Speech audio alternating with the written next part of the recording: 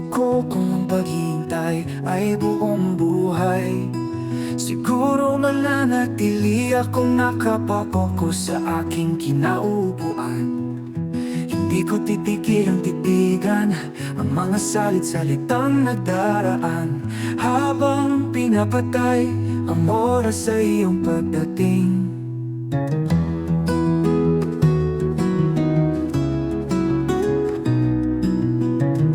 Mamalasin ko siguro nang may kasiyahan ang bawat sandali.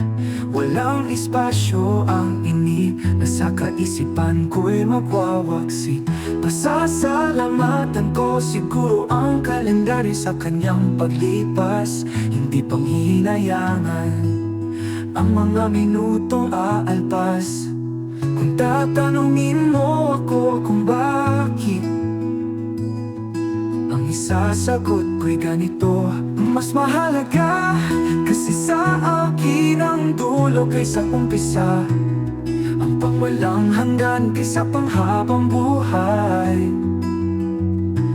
Ang isang ikaw sa mga gintong oras, ang tayong dalawa kaysa sa aking pag-iisa.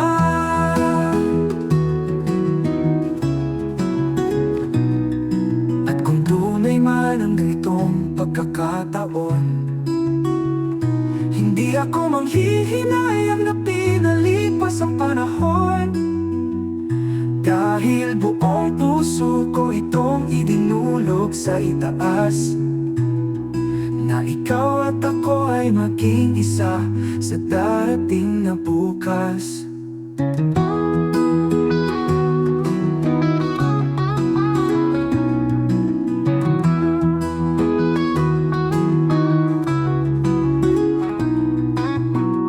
Namalasin ko siguro nang may kasiyahan ang bawat sandali. Walang espasyo ang inip na sa kaisipan ko'y magwawaksi. Pasasalamatan ko siguro ang kalendaryo sa kanyang paglipas. Hindi panghihinayangan ang mga minutong aalpas. Kung tatanungin mo ako kung bakit, ang isasagot ko'y ganito: mas mahalaga kasi sa akin ang dulo kaysa umpisa, ang pangwalang hanggan kaysa panghabang buhay. Ang isang ikaw sa mga gintong oras, ang tayong dalawa kaysa sa aking pag-iisa.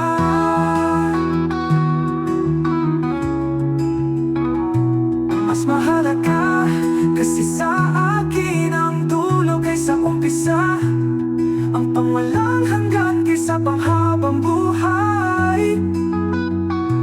Ang isang ikaw sa mga gintong oras, ang tayong dalawa kaysa sa aking pag-iisa.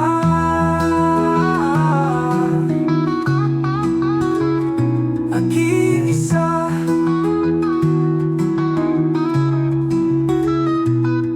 At kung tunay man ang ganitong pagkakataon, hindi ako manghihinayang na pinalipas ang panahon, dahil buong puso ko itong idinulog sa itaas, na ikaw at ako ay maging isa sa darating na bukas.